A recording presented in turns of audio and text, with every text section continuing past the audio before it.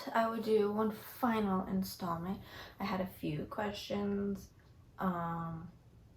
back like when I posted on Instagram that was like I was in being inducted and stuff. A few people had some questions. Like a couple people asked questions after I got home and stuff. So I thought I would just sit down, tell you how it went, answer some questions, commonly asked questions, and just give one final hurrah and tell you my feelings and stuff about this whole journey. So I wrote myself a little note card so I don't get distracted and I don't ramble on for far too long. But we're in June. May 20th was my due date, and my OB, and I went and saw a special maternal fetal medicine specialist. OB was like, I'm gonna let your doctor know and I'm gonna let you know that we do not recommend you going over your due date. What I didn't know, because IVF, you have to take all these hormone medications, that increases your chance of preeclampsia. It increases your chance of hemorrhaging after birth, I guess. And there's all this stuff. And apparently, if you take baby aspirin from 16 weeks to 32 weeks, I think it is, it can lower your risks of all of that stuff. Nobody told me until it was too late. Like, I was too far along to start the aspirin, so like they're just like, oh, well, too late for you now. And I was like, okay, that's cool. Wish someone would have told me that sooner. So they didn't want me going over my due date because my risk of preeclampsia and hemorrhaging would increase after my due date and all this stuff. So my one big thing, if I were to tell you, if you come to me and ask me for like information on how to get started with surrogacy, is do a lot of research. Do a lot of research on the effects of all the hormones and all the stuff. They tell you, the fertility clinic ask you multiple times, even the agency, is, are you done having your own kids? You need to be done having your own kids because all the hormones and stuff, I guess, can cause secondary infertility, and then it could be harder for you to get pregnant after a surrogacy journey. So if you are doing surrogacy or you want to look into doing surrogacy, make sure you are done having your own kids. No. So I'm rambling. May 20th was my due date. So May 20th, they scheduled me for an induction. I didn't have like a plan, like be at the hospital at this time. It was sit around your house until labor and delivery calls you when they have availability. Okay, no big deal. I just told me to come around 12. So I went to the hospital around 12, got into my room, I had to do the whole admittance process and stuff. I think it was around 1:30, 2 o'clock when they finally started me on some medication. They started me off on miso. It's a pill, tiny little pill. It helps soften your cervix, so it helps baby come down and engage in your cervix to start dilating you. So they started me on that, and it's like I think it was 4-hour cycle. So they gave me the pill, said they'd come back in 4 hours and check me to see where I was. Well, with the first pill, I think like an hour and a half, 2 hours in, I started to feel some small contractions. So it worked. And they said that would happen because this was my third pregnancy and my body kind of knew what it needed to do. It just needed a little help starting. So the miso helped. At 4 hours, the doctor came in, checked me. I was 3 centimeters dilated. So they got another round of miso to help because baby was still high and they wanted her to come down more. So meanwhile, my contractions, intensified in pain and stuff. It was like the middle of the night. No, after the second 4-hour mark, they hooked me back up to fluids because my contractions were getting too intense too quickly. So they gave me fluids to kind of help slow those back down. And then at the end of that 4 hours, so 8 hours after I got there, they started me on Pitocin, like the lowest dose of Pitocin. They started me on that through an IV drip, which once I got the Pitocin, which is a artificially oxytocin is a hormone released by your brain. It tells your uterus to contract, so the more oxytocin, Pitocin that you get, the more you're contracting. And the farther you get in labor, the closer to the end of labor, your contractions are way more intense and they are getting more closer and closer together. So oxytocin also lets the production, your milk flow, the release of milk from your breast. So whole thing about that, I'll talk about that later if I can remember.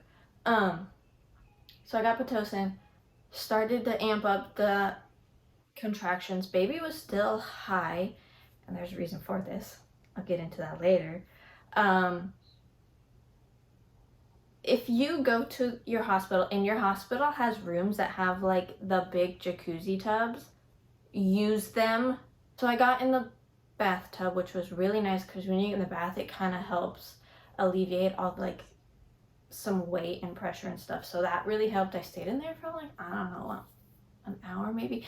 I don't know at this time because like the contractions were like intense enough that like I had to focus and breathe through them and like use my coping mechanisms or whatever you want to call them to get through the contractions. So there was that. It was just so, I had to get out of the tub. I just couldn't sit in there anymore. It was hurting my knees. I couldn't find a comfortable position anymore. So I got out. The labor and delivery nurses, every single pregnancy I loved them all. They're like, nurses are just amazing, absolutely amazing. She was so kind. She never pressured me. None of the doctors ever pressured me into making a decision. They gave me my options and said, you choose. Like, they would give me their opinions. They would tell me each option, explain it all to me, and then they let me choose, which was really nice. Loved that. She checked me. I was only at a 5 centimeters. So what I was feeling at 5 centimeters, like, I know like a lot of people hate how they measure because you could go from 5 to 10 and like nothing. That's what happened with my second. So what I was feeling at 5 centimeters, the contractions, the pains, the discomfort, was what I was feeling at basically 10 centimeters with my second to push. And I was like, I don't know how much longer I can do this. I have heard that Pitocin can make your contractions more intense and stuff. So I was like, I don't know how much longer I can take this. So then I was like, you know what? I think I might need a little pain relief. And so we settled on the epidural. She called the anesthesiologist and he was in surgery. So she called the secondary anesthesiologist and they couldn't get a hold of him. So I was in the hospital bed, like I had it reclined, and I wasn't laying down. I was like on my knees, like hanging onto the top of the bed. It just felt more comfortable that way. If you're about to give birth, if you're pregnant, if you plan to be pregnant soon, the one thing that helped me was a doula. I hired a doula. So in my contract, I was given a set amount that they would cover for a doula. So I looked around and I found this wonderful doula. She was absolutely amazing. Loved her. She literally, if I hadn't had a doula, I don't think I would have made it as far as I made it without her. She gave me so many tips and tricks.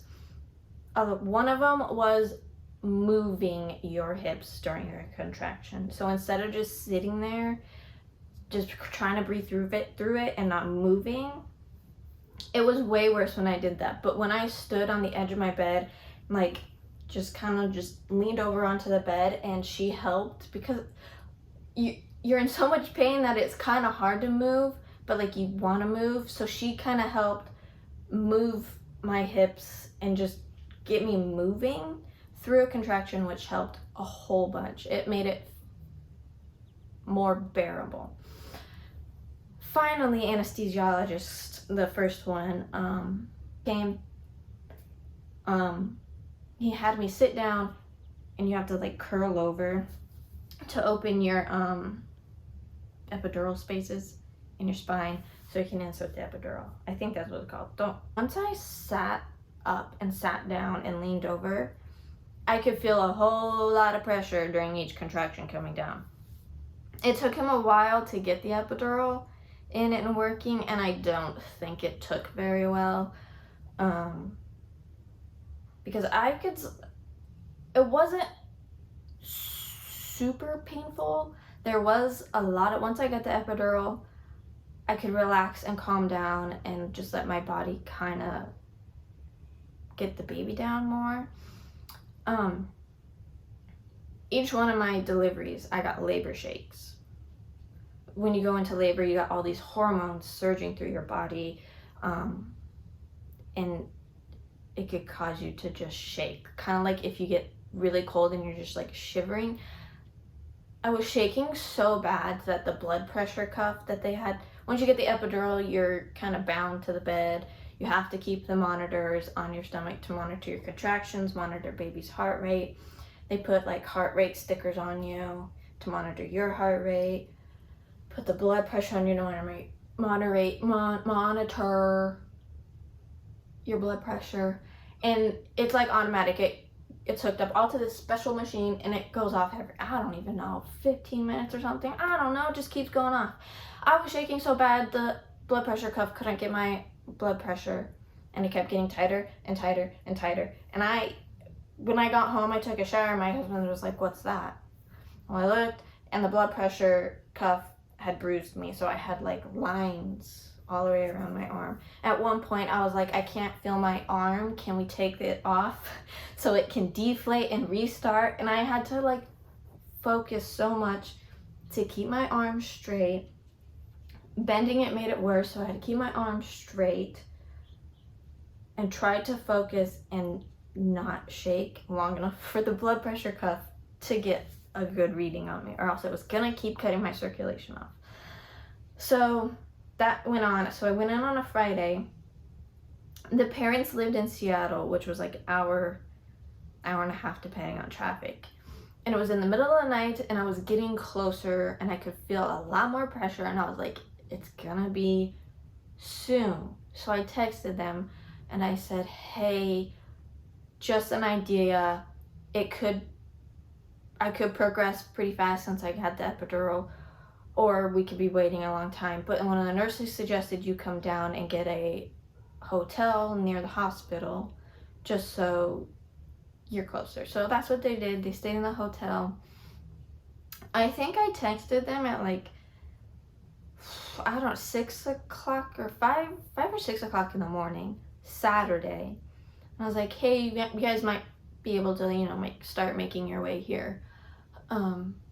And they were like, I don't know, 15, 20 minutes away at a hotel. So they're like, okay, no problem. So they packed up, came, and they got to the hospital, and they're like, the room I was in was huge. It had one side where it had like the bathroom, the tub, the bed, all that stuff. And then there was like a wall, kind of like a divider, and there was like a whole another empty room back there that you could draw a curtain. So they kind of sat back in there for a while I just labored in bed. But the thing was with this one, you feel a lot of pressure, and you should feel pressure in your butt and stuff, but the pressure I was feeling in my butt was all the way in my back and in my tailbone. And I was like, this just doesn't feel right. Something just doesn't feel right. And I was fully dilated. There was no cervix left, fully effaced. But baby was still high, and so they had me try and push to try and get her maybe to come down farther into the birth canal to make it easier. And I was stuck there for like almost 2 hours. My OB she called in another OB to come in.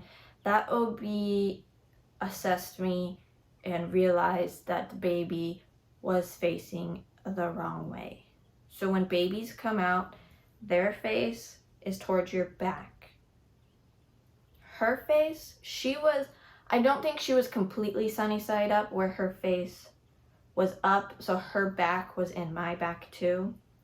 And that is why I'm pretty sure I felt all that pressure in my back, is because she was facing the wrong way, which was making it more difficult for her to come down farther. So it was crazy. She finally got far enough down. They lost the heart rate on the stomach monitor thing, so they had to they have a little thing that they stick on their head, and they have a soft spot when they're born. They stick it right there so that they can get the heart rate that way. So they had to do that. Eventually pushed and pushed and pushed and pushed. The one doctor that my OB had to call in didn't like her. She was not very professional, didn't have really good bedside manner. Basically looked at me, she was like, we're gonna either have to get the vacuum out or you're gonna have to have a C-section if you don't push. Excuse me, bitch, I'm pushing. The fuck? What? So her and my doula got into it. That was... I don't even know the name of that doctor. I don't even know where she went. Like, she just immediately disappeared after baby was out. Anyway, I finally pushed baby out. Rough. This pregnancy was very rough on me. Gave birth. Got baby all cleaned up. They told me she was small. I was measuring like a few weeks behind what my gestational week was. So she told me she was going to be small. She was 6 pounds, 14 ounces. Yes, that is small. That's the size of all my other babies. My first was 6 pounds, 6 ounces. My second was 7 pounds. She was 6 pounds, 14 ounces. 21, 22 inches long or something. I don't know. So she was a normal size for me. We were all expecting her to be tiny, and she was not that tiny. Anyhow, so it was the birthing process. For you new to be moms, or people who haven't given birth but are gonna give birth later and you're watching this for some reason, I don't know why. Few things they do after birth. Well, you have to birth your placenta. They can give you a shot of in your IV that kind of helps if you're having trouble releasing your placenta. It usually just comes out. I could at that point feel a lot of things. I didn't know I had a button for my epidural, so if I needed more pain relief, I could have just pushed the button. I didn't know that until they were I was flinching. I was trying to sit still for them to make sure everything was okay, placenta came out, all that, but I kept flinching every time they touched me because it hurt, and they were like, where's your button? Someone give her some more epidurals. I was like, there is a freaking button. Excuse me? I was like, I didn't know there was a dang button. So I got some more. Placenta came out. If you're doing this naturally, or if your epidural is low enough that you can feel things, it feels like a giant ass booger. Just, bleh. It's gross. It feels gross. And no tearing, nothing. Clean. I had baby stuff. Birthing is messy. If you're not prepared to get covered in all sorts of fluids, don't have kids. Because it's messy. I sat in there after you give birth, every hour a nurse comes in and does a fundal, I think is what it's called, massage. They basically massage your uterus, press down on your uterus, make sure they check your bleeding. So for 4 hours after you give birth, don't wear any pants, don't even put underwear on. They give you this big ass pad and you can just sit in the bed like that. That's basically what they did with me. Every hour they come in, massage your uterus, make sure you're not passing any giant clots, make sure your bleeding isn't too crazy and stuff. After 4 hours, I don't know, I left 6 hours after I gave birth. So they left me alone for 2 hours so I could rest because I had been up since Friday morning. I took a couple, maybe hour naps throughout the thing, but I was so exhausted. So I took a couple hour nap and then I was released to go home, which was nice. Right. So if you give birth and you're keeping the baby, usually they keep you for 24 hours, and it's not because of you usually. It's because of baby. So baby has to go through all these tests. They have to do like a newborn hearing test. What was the other one? They have to do a hearing test. I don't know if they have to. They have something else to do. They also have to check for like jaundice, your bilirubin levels and stuff. So normally when you have to stay at the hospital longer for X amount of hours is because of baby. I was released from the hospital 6 hours after I gave birth. My bleeding was under control. I was passing no clots. I didn't have to get any stitches. I didn't have any stitches. They just sent me home after 6 hours, which was wonderful. I did not want to stay there any longer. What else? Oh, right. Recovering. Family did formula. They didn't want any breast milk for me because they just thought formula would be easier. That's what they did with their first. No big deal. Loved it. Cool. Came home, slept for like 12 hours because I was so exhausted. I came home and I went to bed after I put my kids to bed, which I was like, y'all going to bed early tonight, so like it's 7 o'clock. Let's get going. Y'all need to go to bed. After I put them to bed, I went and took a nap. I took a siesta, a very long one, 12 hours. I went to bed at 7 and I didn't get out of bed until past. Like, I think I woke up around 7, then I kind of fell back asleep, but I didn't get out of bed till like 9. It was so nice. So refreshing. Because it doesn't really matter if you're formula feeding or breastfeeding. Your milk is still gonna come in. So the first like few days after birth, your body is just producing colostrum, and that's what your baby needs. A lot of new moms just worry a lot because they're like, my milk hasn't come in. I don't think my milk's come in. I don't know if I can feed my baby. And then they start supplementing with formula. But that's completely fine. It's normal for your body. 3 to 5 days after birth is when your milk usually comes in.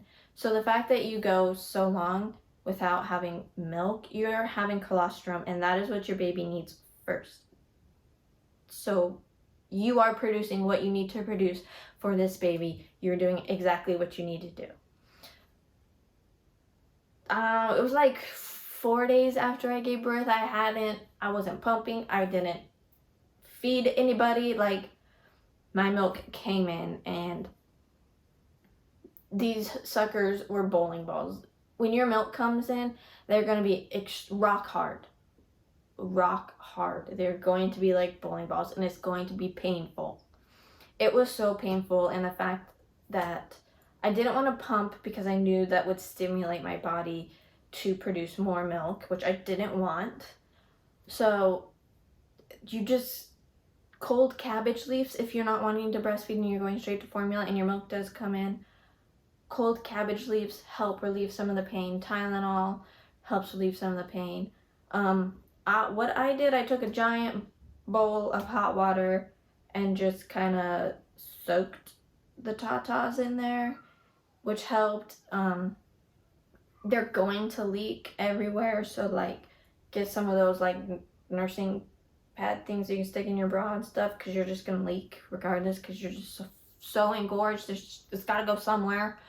And then a week postpartum, we went camping, and about the second day we were camping, I finally started to feel some, like, they didn't hurt anymore. Like, I could still tell there was milk in them, but they were finally stopped hurting.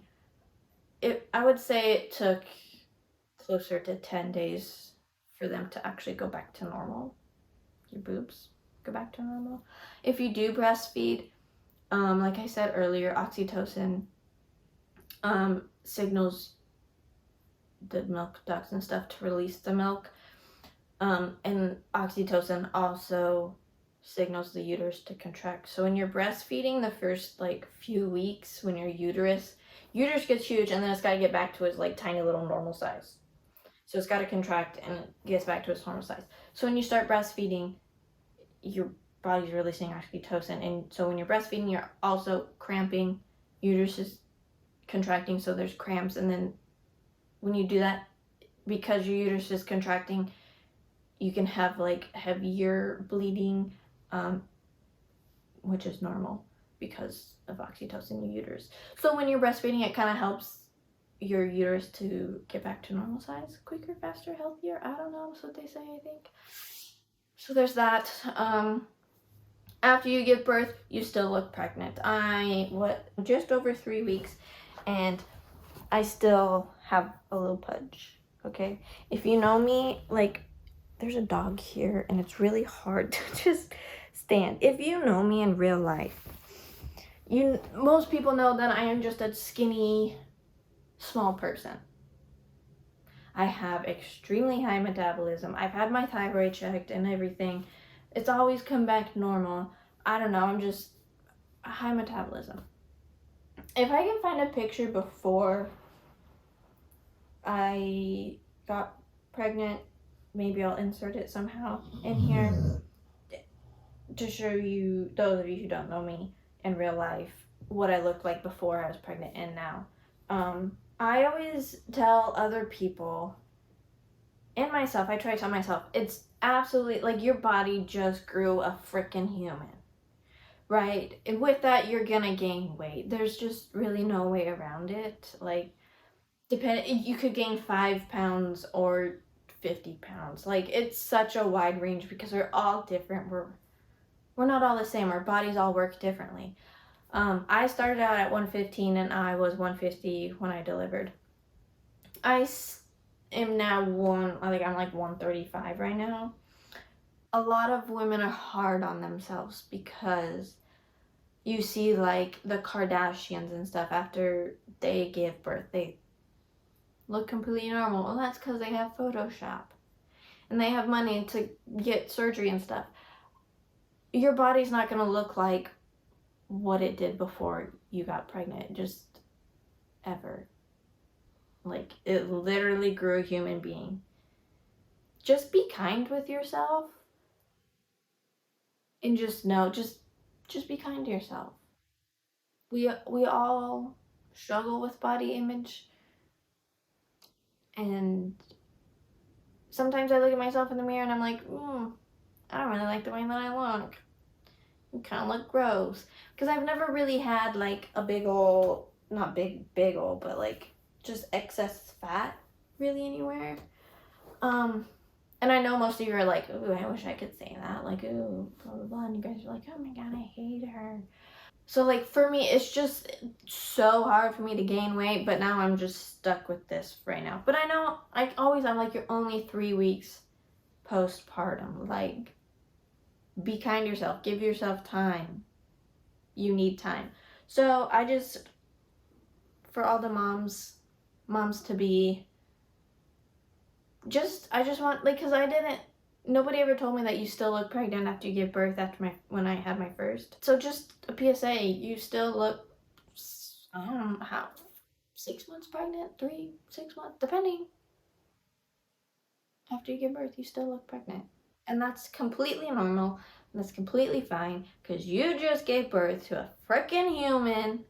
You literally grew a human. It baffles me when people are like, oh my gosh, I'm so fat, I don't like my body. Your feelings are valid, but just know you grew a freaking human. Give yourself some time. You'll be okay. You are still loved and you're still beautiful, even if your body is not what you want it to be. Would I do I would never, I don't know. I'm just telling you right now, I would not be pregnant again. This one was super hard on my body. Giving birth was even harder than my other two. The third pregnancy, they say, is a wild card. You just never know what you're going to get. But this one was not it. I would not do it again. It was nice. I paid off my car, paid off my credit cards. I had like two that had like, they weren't crazy, but I paid off a lot of debt. I redid my upstairs landing. I'm gonna call it landing, and we redid our stairs. And then I finished my craft room with these IKEA furnitures and stuff. And I put a lot of it into savings for a rainy day. I don't have any student loans. I can't imagine anyone else has any more questions. I got a lot of questions on pay. So like I was getting when I giving waiting until you deliver the baby and then giving you the money. That's not how that works. That's kind of like shady, and I'm pretty sure it's illegal in some states. So at the start of my journey, I got paid for any time I traveled farther than X amount of miles. I got a per diem if I had to go to the fertility clinic and all this stuff. After transfer, I got a lump sum for the transfer, and then when we got a fetal heartbeat confirmation, that's when I got paid monthly. So they take your lump sum of X amount of money that they're like, we'll pay you $40,000. That's not how much I made. You don't even know how much I made. $40,000 for this entire thing. They divide that by like 8 or 9 months or something, and then each month you get a payment each month. And at the end, after you give birth, whatever is left after, like, so you have $40,000. You've made it to 8 months and some change, right? And then you have like 2 more payments after that. They just deposit that into your account, lump sum. So no, I did not get a lump sum at the end of after I gave birth. I was getting paid monthly, and then after I gave birth, I was given whatever the rest I was owed. So that is how that works. That was a lot of questions I got too, was, oh, do you get paid now? Like, no, I was getting paid this entire time from when I got pregnant to after I gave birth. So, in a world where you can be anything, just be kind. We need a lot of kindness right now in this world. Just be kind and compassionate and loving, because this world is already full of hate and destruction. We don't need any more of that. Love you.